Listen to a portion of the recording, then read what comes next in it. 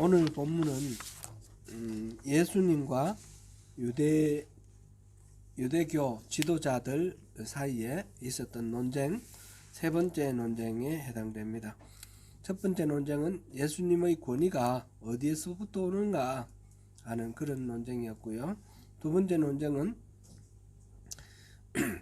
이 하나님 나라의 백성들은 세상의 세속 권력에 대해서 어떤 태도를 지녀야 하는가 하는 그런 문제를 가지고 논쟁을 했습니다. 오늘 세 번째 논쟁인데 우리 같이 한번 살펴보겠습니다. 바리새인들과 헤롯 땅 사람들이 예수님을 찾아가서 예수님을 올무에 걸려고 했던 그 이야기, 세금을 내야 됩니까? 했던 그 질문을 통해서 예수님을 걸어 넘어뜨리려고 했는데 보기 좋게 실패했다는 소식이, 그 소문이 온 예루살렘에 파다하게 퍼졌습니다. 이 말을 들은 사두개인들이 예수님께 또 도전을 해왔습니다. 잘 아시다시피 사두개인들은 예수님 당시 유대교의 중요한 종파 중 하나입니다. 사두개파, 바리새파, 에세네파, 이 세 종교 부류가 가장 유력한 그런 부류죠. 주로 제사장들과 고위 관리들이 이 사두개파에 해당됐습니다. 앞에서 보았던 그 헤롯 땅 사람들은 헤롯 왕을 중심으로 해서 로마의 친화적인 주로 이제 뇌물을 주고 아니면 연주를 타고 관직을 얻었던 관료들이 이 친로마 정책을 쓰고, 그래서 로마의 이 팔레스틴 지방에 대한 유대 민족들에 대한 식민지 통치에 협력을 했던 사람들입니다. 그 사람들이 헤롯 땅인데, 그 사람들의 종교적 성향은 사두개파에 해당됩니다. 정치적으로는 헤롯 땅, 종교적으로는 사두개파, 이렇게 보면 되겠지요. 근데 이제 일단 한번 바리새파하고 같이 이 헤롯 땅 사람들이 시비를 걸었는데 안 됐다는 소식을 듣고 사두개파 사람들이 좀 더 힘을 모아 가지고 예수님께 도전해 온 것입니다. 사두개파 사람들의 종교적 특성은 바리새파는 성경이 모세오경도 성경이고 예언서도 성경이고 시편, 잠언, 전도서 같은 성문서도 성경입니다. 성경으로 인정을 했는데, 이 사두개파는 모세오경만 성경으로 인정하는 그런 종교적 특성을 갖고 있습니다. 그리고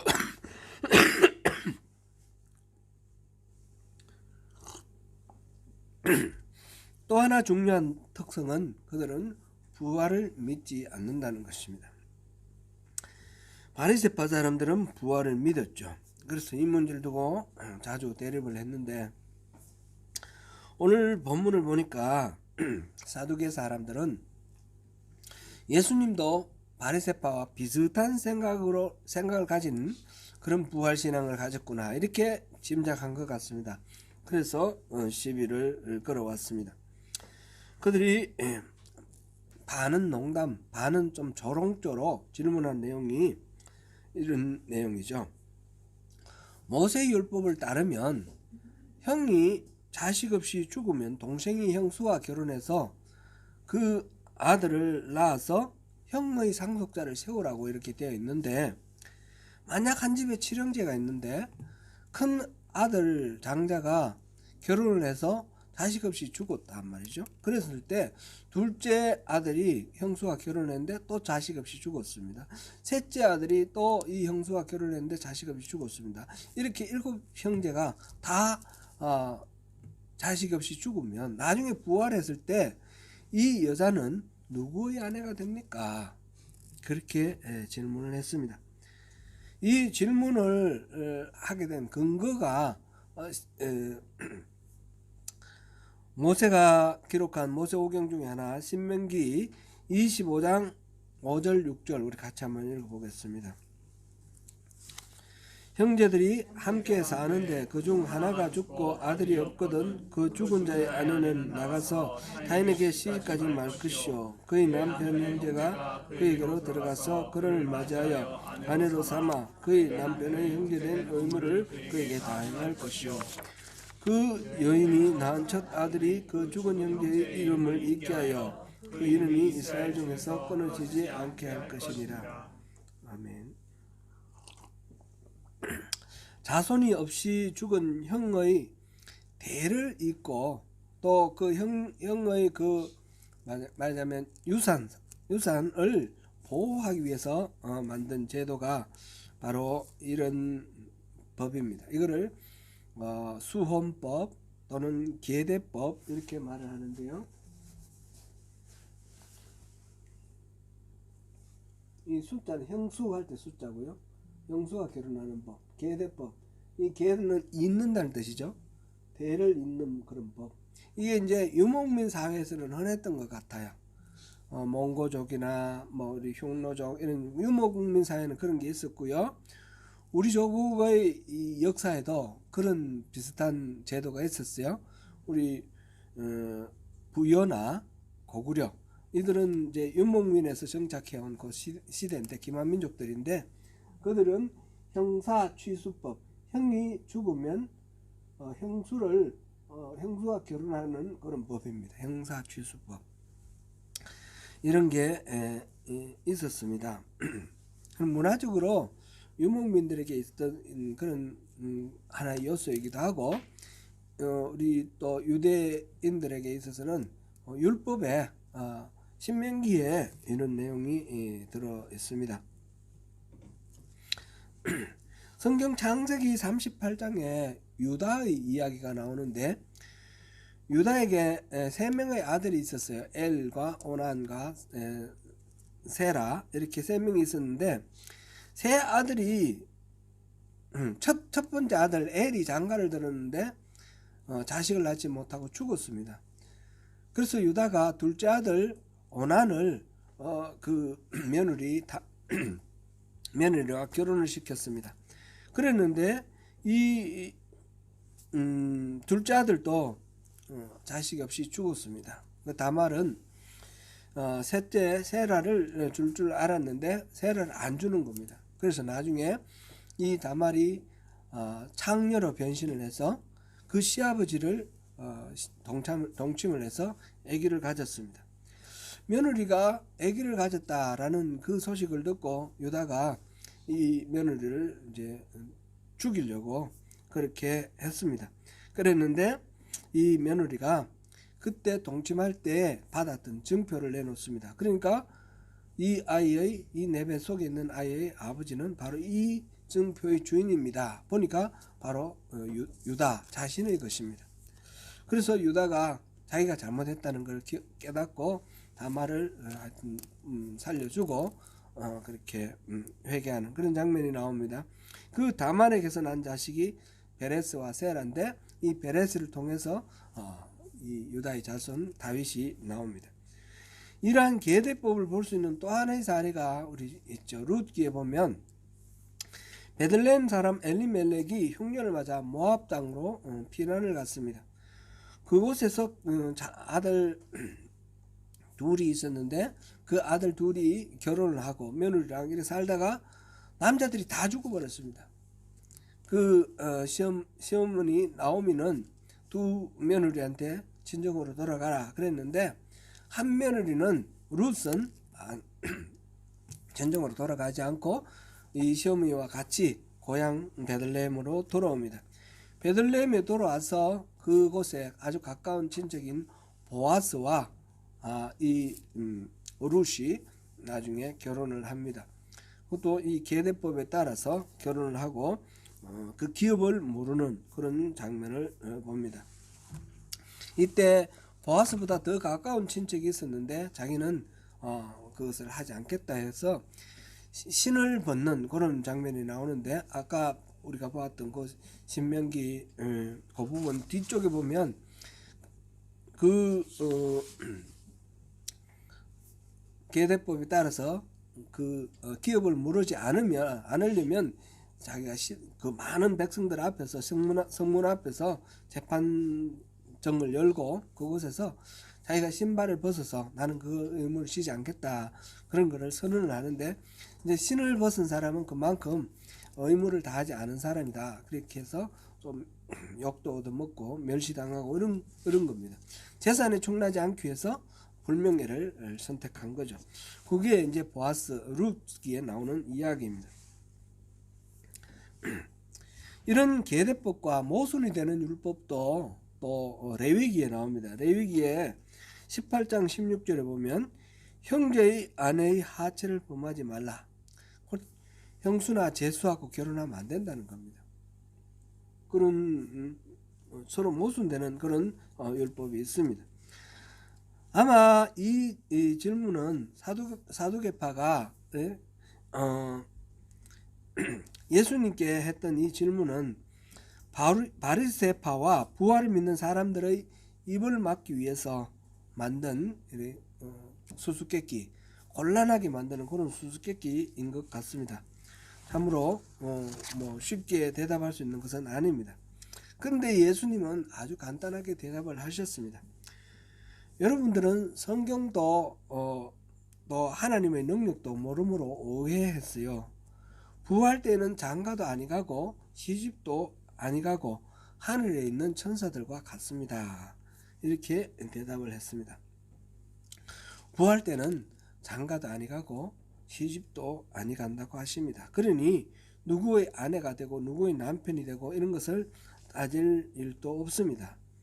천사와 같은 그런 우리 인간의 모습과는 다른 초월적인 그런 존재가 된다고 하셨습니다. 얼마 전에 우리 민영자매가 제게 질문을 했어요. 정확한 워딩은 제가 기억할 수는 없지만 대략 이런 내용이었어요. 제가 미리 양해를 구했습니다. 네. 목사님, 혹시 우리가 천국에 가면 나는 우리 남편과 같이 살 수가 없어요? 이렇게 물었어요. 우리 부부가 아닌가요? 이렇게 물었어요. 제가 들어보니 민영자매는 천국에 갔어도 우리 간사님하고 항문이 이 사랑의 부부로 그렇게 행복하게 그렇게 살고 싶은 마음이 아주 간절한 것 같아요. 그래서 제가 이렇게 대답했습니다. 네, 천국에서는 서로 결혼하고 부부로 사는 것이 아닙니다. 부모 자식도 없습니다. 우리 아들 찬샘이도 저를 송명은 형제님 이렇게 부를 것입니다. 우리는 모두 한 분 하나님을 아버지라 부르는 형제 자매가 됩니다. 그렇게 대답을 했습니다. 무척 서운해하는 것 같아요. 그렇습니다. 부활 후의 천국에서는 예수님 말씀대로 장가도 아니가고 시집도 아니가고 모두가 형제 자매로 친밀하게 지냅니다. 근데 이 세상에서 부부로 지내는 그 친밀함과 비교할 수 없을 정도로 더욱 사랑스럽고 친밀한 그런 사랑의 세계에서 더 큰 기쁨과 친밀함으로 살아갈 수 있게 됩니다. 민정자매님 너무 아쉬워하지 마세요. 만일 이제 간사님하고 또 만나고 싶으면 언제든지 만날 수도 있고 지금과는 비교할 수 없을 정도로 더욱 서로를 깊이 알고 이해하고 그러면서 더 큰 사랑으로 사랑할 수 있게 됩니다.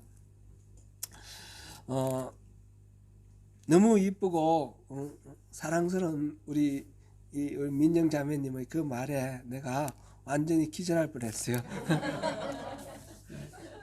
여러분 생각은 어떠세요? 너무너무 이쁘죠? 네. 몇 년 전에 미국의 하버드 그 메디컬 스쿨에 신경외과 교수로 일하고 있는 이븐 알렉산드라는 교수가 갑작스럽게 뇌를 침입한 박테리아의 공격으로 뇌사 상태에 빠졌습니다. 7일간 뇌사 상태에 있다가 다시 회복됐는데 그런 경우는 없다고 그래요. 전무후무한 그런 경우인데 이 사람이 그 뇌사 상태에 빠졌을 때에 임사체험을 하는 건데 천국에 갔다 왔습니다. 그래서 그것을 책으로 이렇게 냈는데 나는 천국을 보았다. 혹시 여러분 그런 책 보셨는가 모르겠습니다. 그 책에 제가 보면서 읽으면서 기억에 남는 인상적인 구절 하나가 있는데, 그거는 이런 내용이었어요. 지구에서는 우리가 눈에 보이지 않는 공기로 호흡을 하는데 천국에서는 사랑으로 호흡을 한대요. 사랑. 온 천국이 사랑으로 가득 차 있대요. 그래서 사랑으로 호흡을 한다, 그렇게 표현을 했어요. 천국을 설명하는 것이 참 말로 표현하기 어렵겠죠. 아무튼 그런 내용이 인상적이었습니다. 그런 곳이 천국입니다. 죽은 자가 부활한다는 것은 어떤 것인지 우리 머리에 선명히 떠오르지는 않습니다. 우리 인간의 인식 한계가 있기 때문입니다. 개미에게 인간의 삶을 아무리 설명해도 개미가 인간의 삶을 이해할 수가 없겠죠. 인간은 아무리 설명해도 부활 이후에 이 천국의 삶을 충분히 인식할 수는 없습니다. 부활이라 하면 저에게 늘 떠오르는 한 사건이 있습니다. 제가 대학교를 이제 입학할 때 입학 시험을 쳤는데, 그때 학력고사가 있었고 그다음에 본고사가 있었어요.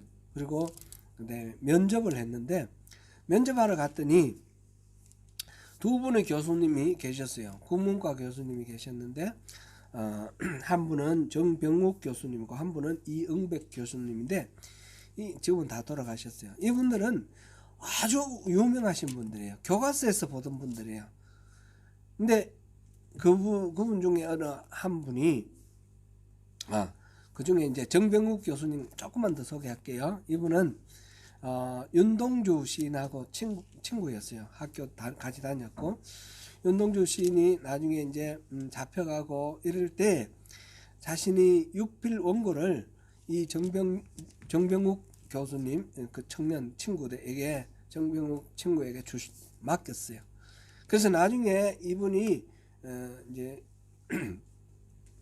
윤동주 시인은 이제 옥에서 옥사를 했고, 해방 후에 이것을 시집으로 만들었습니다. 그것이 하늘과 바람과 별과 시라는 그런 제목의 시집이었고, 그 중에 하나 또 되게 제가 또 감동 깊게 읽은 시가 있는데 여러분들도 많이 보셨을 거예요. 서시라는 거. 서시라는 거 잠깐만 한번 보죠. 죽는 날까지 하늘을 우러러 한 점 부끄러움이 없기를, 잎새에 이는 바람에도 나는 괴로워했다. 별을 노래하는 마음으로 모든 죽어가는 것을 사랑해야지. 그리고 나한테 주어진 길을 걸어가야 하겠다. 오늘 밤에도 별이 바람에 스치운다. 예, 아주 감동적인 그런 시입니다. 이런 시, 주옥 같은 시들을 많이 이렇게 지었던 윤동주, 그 윤동주의 시를 이 세상에 전하고 드러나게 했던 사람이, 그 역할을 했던 사람이 정병욱 교수입니다. 뭐 지금 딴 길로 조금 잠깐 갔던 거고요. 하여튼 이 두 분 중에 한 분이 저에게 질문을 했습니다. 최근에 읽었던 어떤 감동적인 책이 있으면 말해보라 그랬어요. 어떤 책이냐 그래서 최근에 톨스토이의 부활을 읽었습니다. 그때 이제 면접할 때까지 그 본고사 치고 면접하고 그럴 때 언제 읽었는지 하여튼 그 무렵에 고3 때 읽었던 것 같아요. 그런데 이런 질문을 하니까 갑자기 전혀 어떻게 대답해야 될지 머리에 떠오르지 않았습니다. 온몸에 땀이 흐르고 우물쭈물하고 있었는데 교수님이 물어봤어요. 그럼 주인공은 누구지요? 근데 주인공이 생각이 안 나는 거예요. 주인공이 전혀 생각이 안 나. 머릿속이 하였어요. 그래 한참 있다가 나중에 이제 말을 했어요. 네올레도프와 칼추사입니다. 그랬더니 이미 지나갔어요. 관심이 지나갔어요. 아마 두 분 생각에는 읽어보지도 안 하고 괜히 또 거짓말을 했구나 이런 생각했을 것 같아요. 제가 나중에 그거는 확인을 안 해봤습니다. 아무튼 톨스토이 부활을 생각하면 책 내용이 아니라 면접대의 그 상황이 먼저 생각이 나고 땀이 납니다. 톨스토이가 말년에 한 70 되었을 때 쓴 소설이 바로 이 부활인데, 여기에 나오는 두 주인공 네올로토프와 카츄사, 여러 가지 이유로 이 타락한 상태에서 살아가다가 결국 이제 참된 사람의 인간의 모습으로 다시 회개하고 돌이켜서 돌아온 그런 이야기입니다. 근데 그것이 말하자면 부활이라고 이렇게 표현이 된 거죠. 죽었던 인간이 다시 살아났다. 근데 성경에서 말하는 부활은 그런 것과는 좀 다르지요. 그런 것과는 다르고, 예수를 만나서 새로운 인생을 살았다 할 때 우리가 거듭났다 말하는 그 거듭났다와는 비슷한 것 같아요. 제가 대학생 때쯤 나온 책으로 꽃들에게 희망을 이라는 책이 있습니다. 그림 동화책으로 출판되었는데 혹시 보신 분 있으신가요? 네. 굉장히 내용이 그림 동화책인데도 내용이 깊었고 많은 생각을 하게 했습니다. 제가 그것을 우리 주연자매에게 보냈는데 혹시 여러분 필요하시면 같이 나눠서 봐도 같이 꼭 쉐어해도 좋습니다. 줄거리는 대략 주인공 노랑애벌레의 여행으로 시작되는데, 길을 가다가 높은 기둥을 만났는데요, 수많은 애벌레들이 그 길을 막 기어 올라가고 있어요. 맨 첫 번째 장면 한번 보여주세요. 네, 이런 책 표지가 이렇게 나와 있어요. 그 기둥을 막 기어 올라가고 있는데 뭔지 모르고 궁금해서 다른 벌레들이 다 올라가니까 따라서 올라가는 거죠. 막 올라가다가 결국 이 노랑 애벌레는 포기를 하고 내려옵니다. 떨어져 죽는 그런 애벌레들도 있고요. 그래서 내려와서 길을 가다가 노랑 애벌레는 고치가 되어서 나중에 이제 나비가 되었어요. 나비가 되어서 이렇게 날아가서 그 고치가 되기 전에 같이 거닐었던 줄무늬 애벌레는 다시 그 기둥으로 올라갔습니다. 그리고 올라간 그 줄무늬 애벌레를 찾아가서 다른 세상이 있다는 걸 말하기 위해서 가서 열심히 설명을 하는데 못 알아들어요. 이 말이 안 통하는 거예요. 그 줄무늬 애벌레도 결국 기둥 꼭대기까지 올라갔습니다. 기둥 꼭대기에 뭐가 있을까요? 아무것도 없습니다. 그래서 보니까 기둥이 이 기둥만 있는 게 아니라 저기도 있고 저기도 있고 저기도 있고 수많은 기둥들이 있는데 아무것도 없는 것을 향해서 길을 쓰고 올라가는 거죠. 그리고 인간들이 이 욕망을 위해서 그렇게 살아가는 것을 이제 이렇게 비유로 표현을 했습니다. 이 줄무늬 비둘 애벌레도 내려와서 꼬치가 되고 이제 호랑나비가 됐습니다. 이 그렇게 완전히 삶의 형태를 바꾸는 거, 이 꼬물꼬물 기어가는 1차원적이잖아요. 2차원적, 표면에 붙어서 꼬물꼬물 걸어갈 수밖에 없는 그런 애벌레의 세계가 있고, 이게 완전히 변화되어서 공중을 마음껏 날아다닐 수 있는 나비의 세계가 있는 것이죠. 차원이 3차원으로 차원이 완전히 달라진 것이죠. 이걸 변태, 요즘 뭐 이상한 말로 많이 쓰이는데, 변태라고 그랬을 때 태가 바뀐다, 모양 태가 바뀐다. 그래서 transformation, 이렇게 고치가 되었다가 이렇게 바뀌는 것을 변태라고 합니다. 그것이 부활과 가까울까요?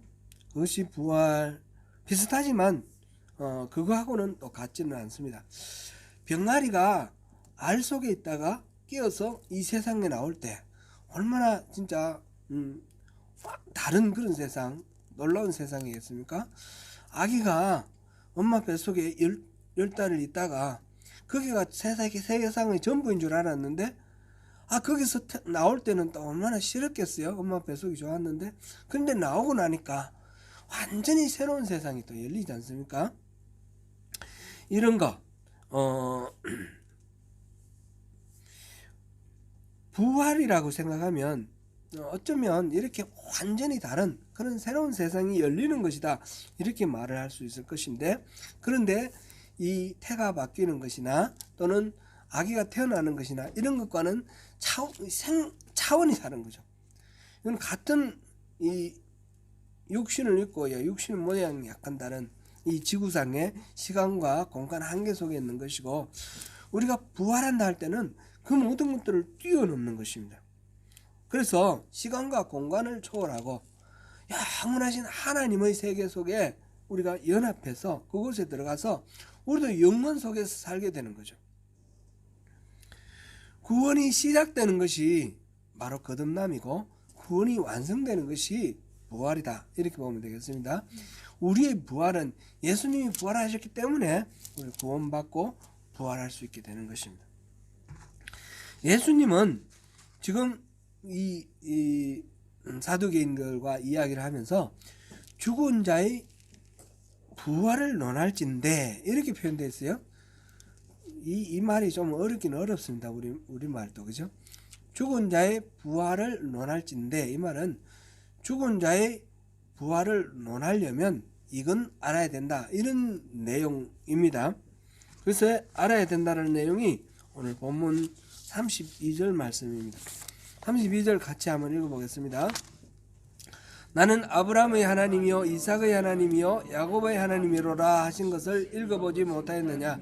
하나님은 죽은 자의 하나님이 아니요 살아있는 자의 하나님이시니라 하시니. 나는 아브라함의 하나님이요 이삭의 하나님이요 야곱의 하나님이로라 하신 이 말씀은 어디에 나옵니까? 출애굽기 3장 15절에서 하나님께서 모세가 당신이 누굽니까? 이스라엘 백성들에게 누구란 말할까요? 그랬을 때 자기 스스로를 소개한 말입니다. 소개한 말이 14절에 나는 스스로 있는 자다, I am who I am 이라고 하신 것하고, 또 하나가 바로 나는 아브라함의 하나님이요 이삭의 하나님이요 야곱의 하나님이다, 이런 두 가지 말씀입니다. 나는 스스로 있는 자다라는 것은 누구의 어떤 힘도 안 받고 스스로 존재하는 그런 자존자다, 그런 말씀이고, 또 영원히 변함없는 과거에도 나이고 현재도 나이고 미래도 나다, 그런 변함없는 영원불변하신 존재라는 것을 나타냅니다. 그런데 이 아브라함의 하나님이고 이삭의 하나님이고 야곱의 하나님이다, 이 말은 무슨 뜻입니까? 예수님께서는 그것을 하나님은 죽은 자의 하나님이 아니요 살아있는 자의 하나님이다, 이렇게 말씀하시는 근거로 그 말씀을 들었습니다.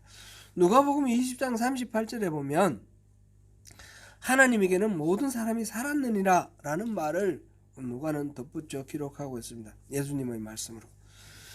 곧 아브라함과 이삭과 야곱은 이 이집트에서 노예 생활을 하고 있는 이 유대인들의 생각에서는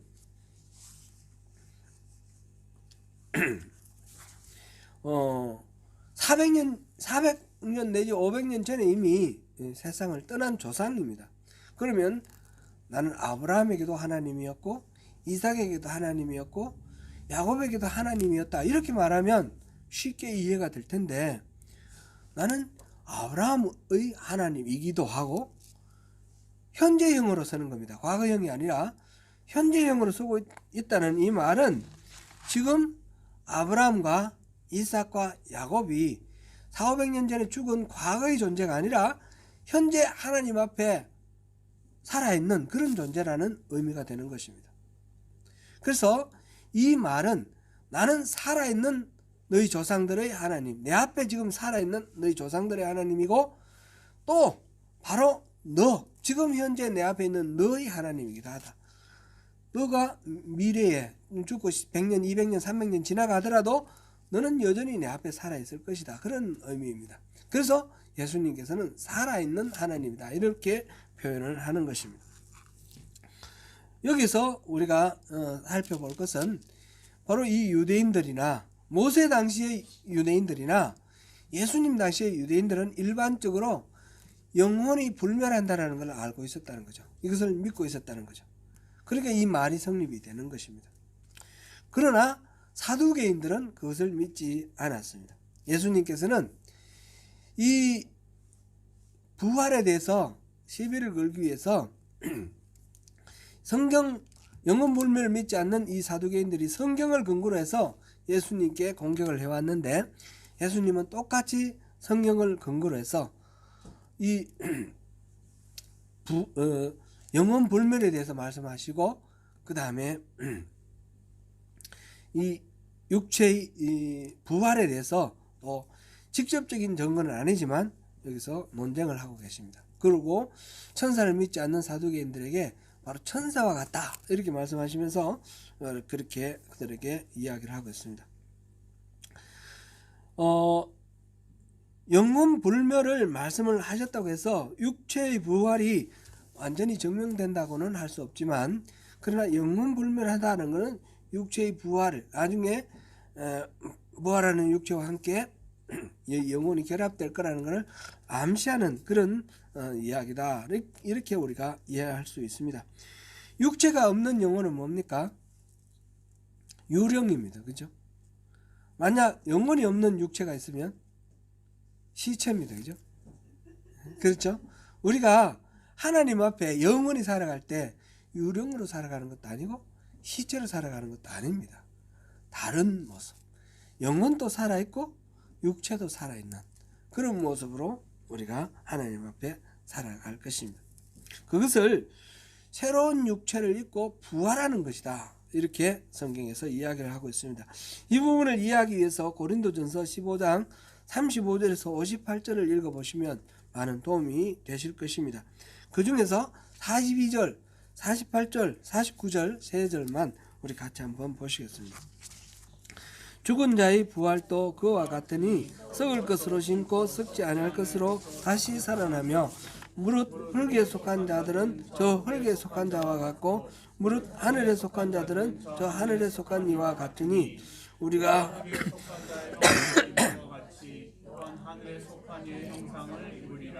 아멘. 우리가 마지막 때에 새 하늘과 새 땅에서 새로운 영을 부여받고 새로운 육신을 부여받아서 이 땅에 속한 영이 아니라 하늘에 속한 영으로, 이 땅에 속한 육신이 아니라 하늘에 속한 육신으로 그렇게 부활을 한다는 겁니다. 썩지 않을 것으로 하늘에 속한 형상으로, 그래서 새로운 그런 존재로 부활한다는 그런 말씀입니다. 이 부활은 예수님이 부활하심으로 인해서 거듭난 사람에게 주어지는 하나님의 특권입니다. 베드로전서 1장 3절 우리 같이 읽어봅니다. 우리 주 예수 그리스도의 아버지 하나님을 찬송하리로다. 그의 많으신 긍휼대로 예수 그리스도를 죽은 자 가운데서 부활하게 하심으로 말미암아 우리를 거듭나게 하사 산 소망이 있게 하시며. 그래서 하나님은 살아있는 하나님, 살아있는 아브라함의 하나님, 살아있는 이삭의 하나님, 살아있는 야곱의 하나님이 되십니다.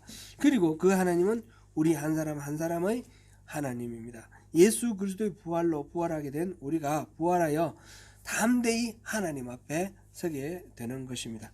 사랑하는 성도 여러분, 우리가 우리 주님 예수님을 알고 그분을 보내신 하나님을 아는 것이 영생이다 하는 말씀을 보았습니다. 부활하여 하나님 앞에 선다는 것은 하나님과의 영원한 관계 속에 들어가는 것입니다. 그분과 서로 깊이 알고 친밀하게 사랑하는 친밀한 사랑의 교제로 들어가는 그것이 바로 영생입니다. 그것을 여는 것이 복음을 듣고 마음을 열어서 예수님을 영접하는 순간 우리에게 주어지는 구원이고 거듭남이며, 그것이 완성되는 것이 신령한 몸으로 부활하여 하나님 앞에서 영원한 생명의 관계를 이어가는 것입니다. 하나님 품에서 누리는 영원한 생명은 우리 안에 예수님을 모시고 살아가는 바로 지금 현재부터 영원까지 누릴 하나님의 선물입니다. 여러분, 우리 안에 하나님이 계십니까? 여러분, 부활의 소망이 있습니까? 그러면 지금 현재 우리가 살아가는 이 삶 속에서 그 부활, 그 영생의 기쁨을 누리시면서 이 상황과 환경이 때로는 우리를 힘들게 하고 어렵게 할지라도 그런 것들에 지지 않고 승리하면서 그 참된 기쁨, 영원한 그 소망 가운데서 우리가 승리하면서 살아가는 저와 여러분 되시기를 축원합니다. 기도하겠습니다. 은혜로우신 하나님, 오늘 부활이 무엇인가 예수님의 말씀을 통해서 배웠습니다. 주님, 우리는 예수님이 부활하심으로써 부활의 약속을 받은 사람입니다. 우리는 예수를 영접하여 구원받고 하나님과 연합하여 영원한 생명을 이미 누리고 있는 사람입니다. 주님, 이 땅에서 그 주님과의 참된 연합 속에서 그 주님이 주시는 신령한 하늘에 속한 복들 다 누리면서 참된 기쁨과 평화 속에서 승리하며 살아가는 우리 매일매일이 될 수 있도록 주님 도와주시옵소서. 예수님 이름으로 기도드립니다. 아멘.